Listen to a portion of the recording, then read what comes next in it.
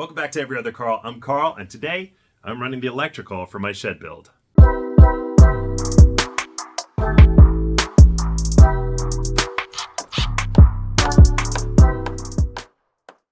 Big caveat here at the beginning of the video. I am not an electrician, I am not a licensed contractor, but I do have some experience running electrical for outlets and lights. But the electrical for my shed build is fairly simple, and I hope this could be helpful for you. With that said, if you are an experienced electrician and you see me do something wrong or right, please comment down below what you think. With that said, let's get into the video. The first part of rough electrical is planning. You need to map out what you need and what you want before you start running any wire. My shed is 10 feet by 16 feet with a loft. I'm planning to have a total of 8 interior outlets, 6 on the bottom and 2 in the loft, as well as 1 exterior GFCI outlet. I also plan to have 3 light circuits. The first is for recessed LED lights, which I'm wiring to be able to control from the first floor and the loft with a 3-way switch. The second is for a chandelier, and the third is for an exterior light. My main power line is coming off a 20 amp breaker from the house. It will enter the shed from this end of the wall. Lucky for me, a power line is already installed to my garden shed, which is only about 6 feet away from this new shed, so part of the work is already done. I'm using 14-2 Romex cable for my lights, and I'm using 12-2 Romex cable for my outlets. The lower the number, the thicker the wire and the more amps it can handle. 14-2 is the thinnest wire I will be using. It's in this white casing and typically great for lights, but not for outlets. I'm running this off a 15 amp breaker. 12-2 Romex is thicker. It's in this yellow casing and it's what I'm using for my outlets. I'm running this off a 20 amp breaker. You should never mix wire on the same circuit. For example, you should never use a 14-2 white cable to run a light circuit off an outlet that's connected to your yellow 12-2 cable. I'm using 2 other types of cables as well. I'm using this 14-3 Romex, which has an extra wire in it to allow me to install a 3-way switch for my LED lights. And I'm using 12-2 UFB cable as my main power line from the main panel in my house through the ground into my shed. This cable is rated to be in the ground by itself. In my area, it needs to be 24 inches underground. With all my cables chosen and my electrical needs mapped out, I can start planning the placement of my outlets. I want my electrical outlets to be just about 12 inches off of the floor. So because I don't have my final flooring product in now, I'm coming to 12 3/4 inches. That's going to allow me anywhere up to 3/4 of an inch for flooring. But I want the bottom of the electrical outlet to be roughly 12 inches off the floor. Now there's no specific height that they want you to run wires through studs, but you want to keep it pretty much consistent throughout the whole project so you know where the wires are. Now I'm running my wires through the studs at just about 20.5 inches off the ground. That's putting them 3.5 to 4 inches above my box. It's going to give me enough room to run the wires through, manipulate them down into the box, and then back up and through the next stud. Now, for 2x4s, they do want you to keep the hole about 1.25 inches away from either end of the stud. So that means you got to drill right through the middle. And what I'm using is a 3/4 inch spade bit. You could go a little bit smaller than that, but some of these points I may want to run 2 wires through. So giving myself a little bit of extra room. And if you put the 3/4 inch right in the middle of that 2x4 stud, you're gonna have about 1.25 inches on either side. If you're drilling through a 2x6 like I have on my ceiling rafters, you have a lot more wiggle room, but you still have to keep it 1.25 inches away from the end of that board. There are metal plates called nail plates or nail stops that you should use after you drill all your holes that you hammer right into the face of the stud at the level of the hole. I didn't use these, but they are meant to prevent you from accidentally screwing or nailing into your cable at a later point. All right, I'm going to install my last outlet box. I figured I'd take this chance to show you how to do it. It's very simple. It comes pre-installed with these 2 nails, and it has these 2 nubs on the sides here, one here. They give you about 1/4 inch, a little over 1/4 inch of space, so that when you put it up against your stud, it's going to give you enough space so that it pokes out of the drywall. Once that's in place, you pop these little tabs out of the back here, and then you can run your wire into the box. You don't have to rely on those nubs for your spacing. It's a good practice to have your boxes come out to the width of your drywall so that your outlets will be flush with your drywall. With all my receptacle boxes installed, I can run the wires into them. Especially for bigger projects, it's better to do this in reverse, install the boxes first and then run the wire, but for my small shed, it was easy to manipulate the cable after I ran it through the holes. I'm just bringing the wires through, down, in, leaving about 5 or 6 inches of wire in order to hook onto my receptacle. Cut the wire, and then pass it on back up through the wall to the next one. For a rough electrical install, you wouldn't necessarily be installing your outlets and switches at this point, although I did because I wanted to test and use them as soon as possible. You would typically install them at the same time as your light fixtures after the drywall is in. All right, all the outlet boxes are in there at uniform heights along the wall. Just using a tape measure, got them pretty nice and even. There's another way to do this using a laser level. I happen to have this one. A company was kind enough to reach out, a company called Dovoh. This is a quad plane laser level, so it has 4 different types of lasers here. This is a pretty great laser level. There's links in the description with more information. Anyway, with a laser level, you just get it to the height that you want, and it'll send a line all the way around the room. This one happens to be self-leveling too, which is pretty great. You just hit the switch, and within a certain margin, it will find level, and that's perfectly level. So you can see I can tilt it a little bit and it'll float around and it'll find level.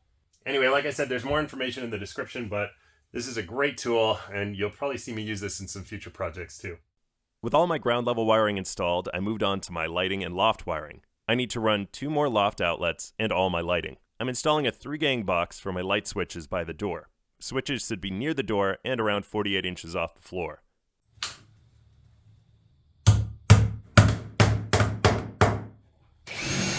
I then drilled all my holes to run my white 14-2 lighting cable. And I installed a 1-gang box for the 3-way switch in the loft. All right, so I'm gonna have 2 outlets up here in the loft. This is actually a switch. It's gonna control the LED lights up here. They're recessed lights. And then that's gonna be an outlet. And then over on this side, I'm gonna have my second outlet. I already have a hole drilled for the LED lights down here, so I'm going to use that same hole to send my yellow 12-2 wire up through for an outlet. And I'm going to put it back down and connect it to the outlet that I have right down below here. Okay, so it's coming right down through this hole. I think this is going to be my shortest route, easiest route. Just go through these studs, come down, and go into that box.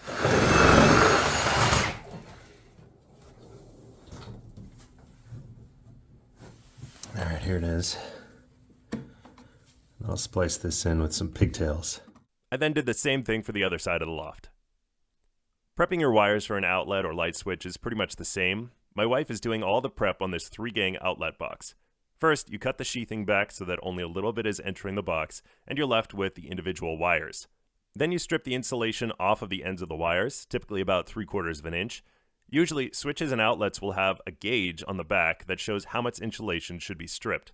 With the wires prepped, I can start installing the switches. All right, so I'm gonna have 3 light switches in this box. 1, 2, 3, and then I have 1 power source. First thing I'm gonna do is take all my grounds, and I'm gonna connect them to the ground from the power source here. And then I'm gonna use pigtails to connect those grounds to the switches. All right, so I'm taking all the grounds here, connecting it to the ground from the power source. And I'm gonna take a crimp and put that over those. I'm gonna leave one out just slightly longer. Crimp them, and then twist them together. With that one slightly longer one, I'm gonna take my pigtails, and I'm gonna use a wire nut to connect all 4 of these. So I have as many pigtails as I have switches. All right, now I can tuck the grounds back into the box. Leave those out of the way for now. All the white neutral wires are going to get connected to each other.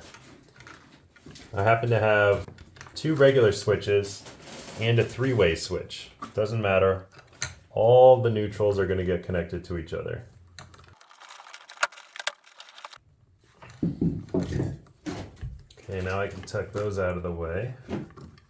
All right, now for my hot wires, the black wires. For those, I'm gonna need pigtails again, I don't connect them to each other. I'm going to create 3 pigtails off of the source black wire. So this is the hot wire coming from the breaker. I'm going to create 3 pigtails off of that. And I'm going to wire nut them together.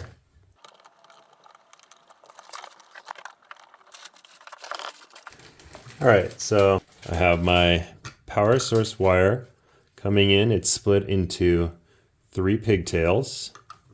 And then I have all my grounds on 3 pigtails. And then I have all the whites just connected to each other. Alright, I'm going to start with my simplest switch, which is going to be over on the right. This is actually going to control my outdoor light. This is a very simple switch, just one on off. All I'm going to do is take my hot line, this is the power line, black coming from the source, from the breaker. We connect it to the bottom brass screw. And then I'm going to take the black line going up to the light and connect it to the top brass screw. And then I'll connect my ground to the green.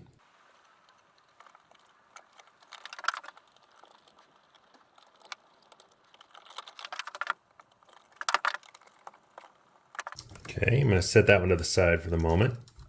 All right, now I'm going to put my middle switch in. This is also a standard switch. So I'm just going to take another one of the pigtails from the source, hook it onto the bottom brass screw, and then the black wire going up to the light, put that on the top brass screw.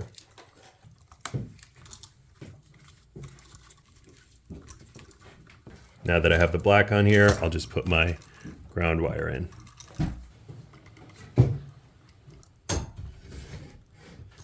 And then my final switch is actually a 3-way switch. It's going to have a partner up in the loft. So this one's a little different. It has one black screw. That's going to be the power from the source. And then it has these 2 top brass screws. Those are going to be what's called travelers. So in the wall here, I have what's called 14 3-wire. So that actually has 2 conductors in it, a red and a black. It also has a bare copper wire for ground and a white wire. But the unique thing is that it has this additional red conductor wire. So those are the travelers. So they are going to go on these top brass screws. Black from the source is going to go here, and then the black up to the light and the red up to the light, they're going to go on the top. And this bottom green screw, obviously that one's for ground. All right, here we go. Black from the source, that's the power, the hot wire. Put that to black. And then I have one traveler in the top brass. The other traveler on the other top brass. And I'll finish it off with the ground wire. All right, now I just have to push all those wires back into the box and screw these in. All right, they're all in. Now let me show you the other side of the 3-way switch, which is upstairs in the loft. All right, here I am at the other side of that 3-way switch. I have my 14 3-wire and my 14 2-wire. That's going to my lights. This one's coming from the switch. So I'm going to start, and I'll just strip some of this casing off, and I'll fast forward you through that. Alright, so the first thing I'm going to do is connect my ground wires here. I'm going to put my little crimp on there. We'll crimp them together. Give it a twirl. Alright, so that's going to be my ground. And then my neutrals here, the white ones, they're going to connect to each other. I'll put those together with a wire nut. Twist them together as well. Take that, fold it in.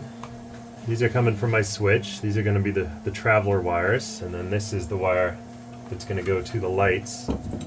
So I'll go ahead and make some hooks on those. I'll make hooks on all of them because they're going to attach to the screws on the switch here.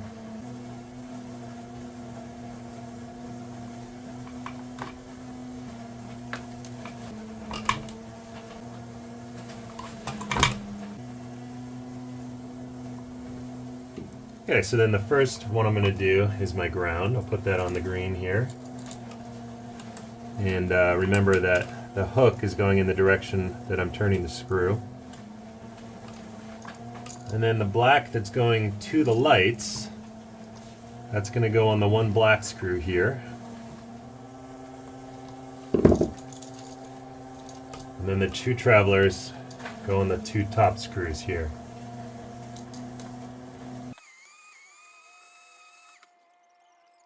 Alright, and now we can just fold those wires and put that switch right in. Alright, and that's it. With all my interior wiring pretty much done, I can start prepping to receive power from my house. The main line will come in through this end wall, so I'm installing my breaker boxes here. I'm using two 30-amp breaker boxes to create two circuits, one for receptacles and one for lights. The receptacle box will have a 20-amp breaker, and the light box will have a 15-amp breaker. These are Square D boxes from Home Depot.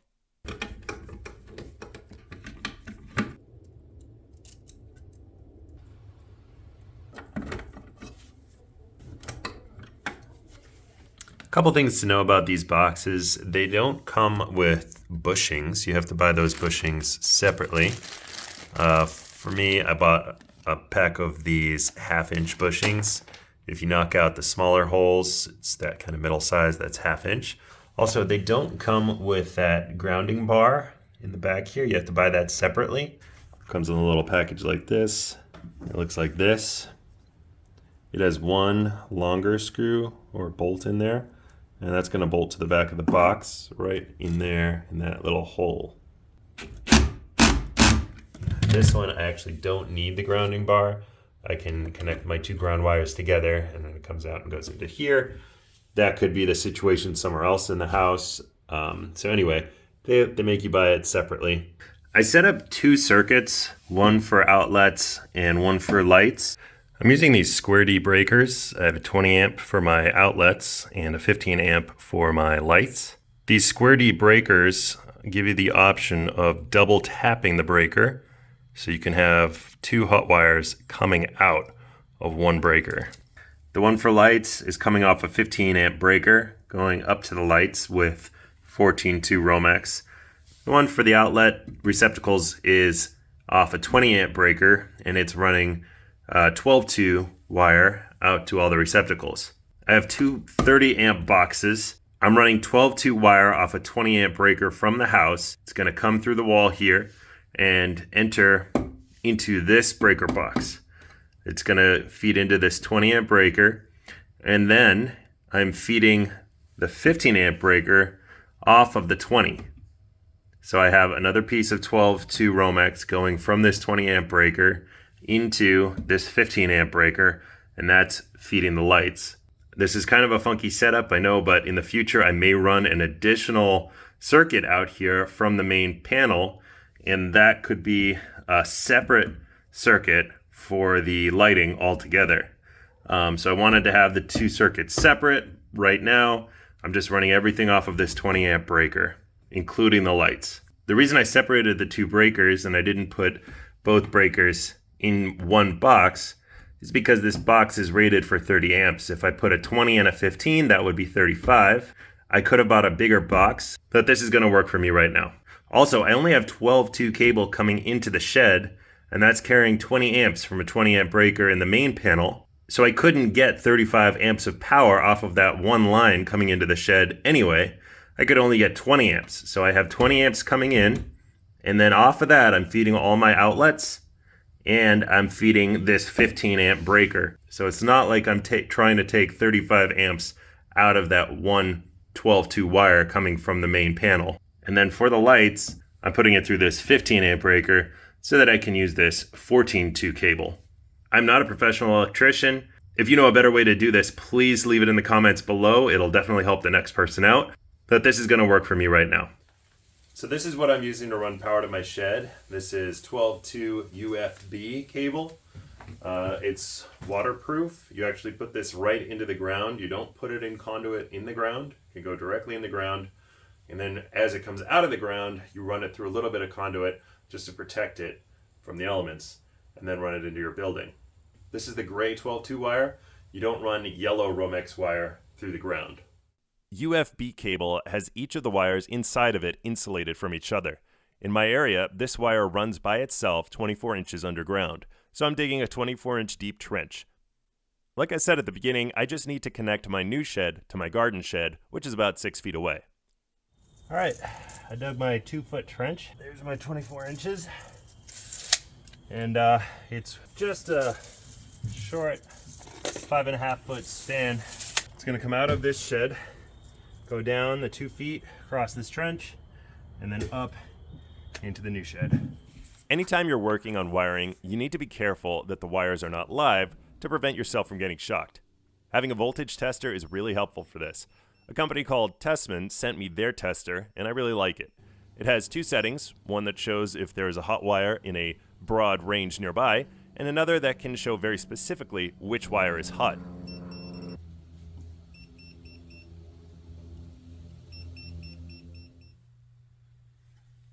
After I turned off my main panel breaker, I could verify that the lines were indeed cold. This tester also has a built-in flashlight, which is great for working when the power is off.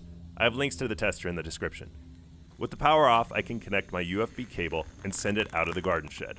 All right, I drilled my hole. So the conduit is coming out of the hole here, and I just left it in there as I fed the wire through, but I'm gonna take this piece of conduit back out, and I'm gonna glue it together into this elbow piece. The elbow is gonna sit right here. And I'm gonna glue it together without any chance of any of that PVC adhesive touching the actual wire, because that adhesive could mess up the coating of this cable.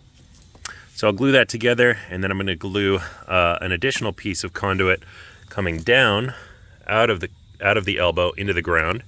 That conduit is gonna go into the ground about 1 foot, at which point the wire will come out, and it's gonna lay by itself in the trench here. And similarly on that side, I'll have a piece of conduit about 1 foot into the ground, up to the top. There's going to be a turn that goes through that piece of wood there. It's going to come up through the gravel and then feed into the shed right about here using that box. And that box is going to house a GFI outlet for the outdoors. And that GFI outlet is going to protect all the outlets inside the shed. So PVC conduit is connected using PVC cement. Unlike plumbing PVC, you don't need primer. It is the same kind of cement though. So I'm gonna put these 2 pieces together.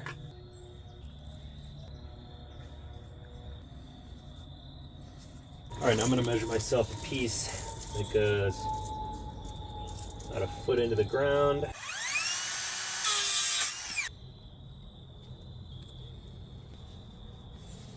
All right, I have my piece. That's gonna fit in there. I'll feed the wire through now.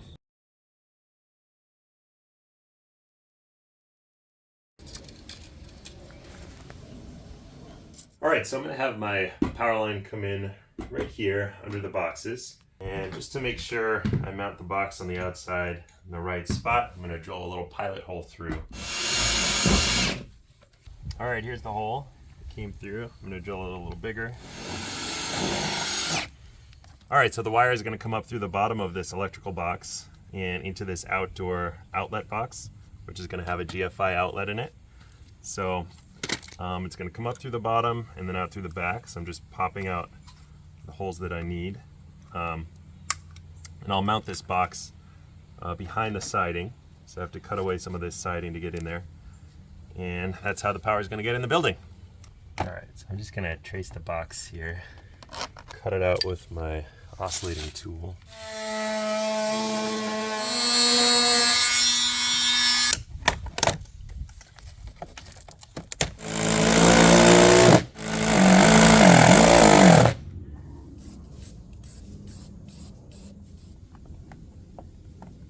All right, so the box is connected. I have this adapter piece underneath. It's gonna allow me to connect this PVC.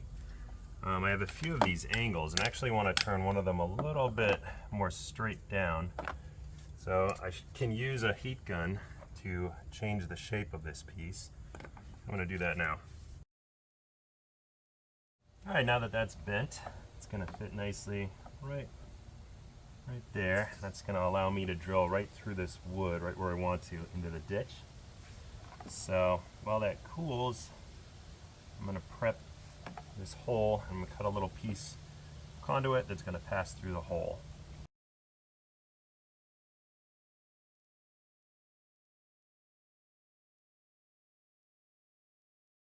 Alright, all the pipe is in place, it's all glued together.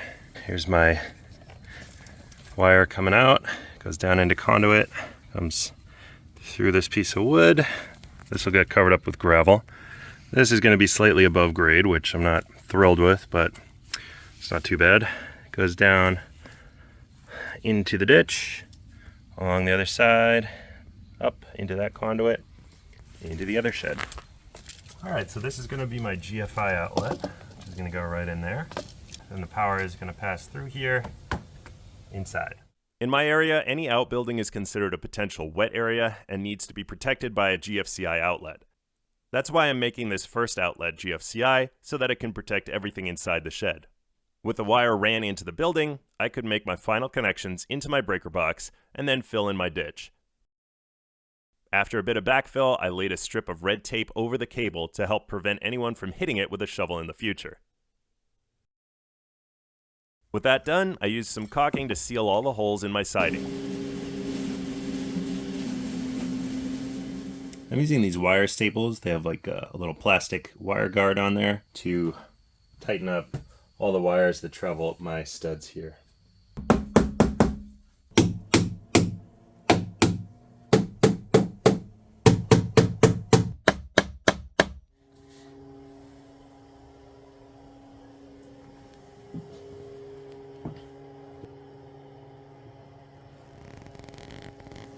So I put an extra run of wire in here. This is 14-2 wire.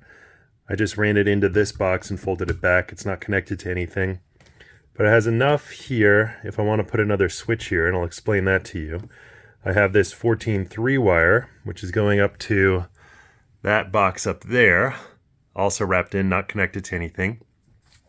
What I have here is I'm considering putting a vent fan up there to vent this entire shed, but I'm not sure that I want it yet. So I'm just running that wire in case I want it in the future. I'll do all the drywall and everything, and I know where that wire is. It's currently autumn, heading into winter, so the heat in here, I'll see how it is, how the humidity levels are in the winter. If I don't need to cut a hole in there and install a vent, I won't, but I do have the wiring in case I need it. All right, everything is stapled up as neat as I can get it. I have wires ready for all of my lights. Up here, this middle one is going to be the chandelier, and then I have wires there for the LED lights. I have the wires going up there into the loft for the other LEDs. Down here, these are ready for LEDs underneath the loft. The final box I installed was the one for my chandelier. I used an adjustable ceiling fan support box that I could screw into my rafters to hold the chandelier nice and strong. And all my wires are routed to all my outlets. All the outlets are working. Power is working. All my lights are plugged into the outlets. The breakers are working. I have everything protected by that GFCI outlet on the outside. And that's going to do it for the electrical. You've already seen some progress on the insulation, but that complete process is going to be in the next video. All right, that's going to do it for the wiring of the shed. I will show you the finished product once all the lights are in, but first I have to do the drywall. You've seen some of this progress on the insulation already. I'll show you the whole process of insulating this cabin in the next video. But if you'd like to see that, please subscribe. And if you like the video, like the video. If you're an electrician, please let me know how I did down in the comments. If you're watching this video for some advice on your wiring of your shed, please read those comments because that's where all the detailed corrections or anything are going to be. This is working for me, but I'm sure there's better ways to do it. So go ahead and read those comments. If you know what you're doing, leave a comment down below. That's going to help the next person out. But for now, I'm Every Other Carl, and I'll see ya.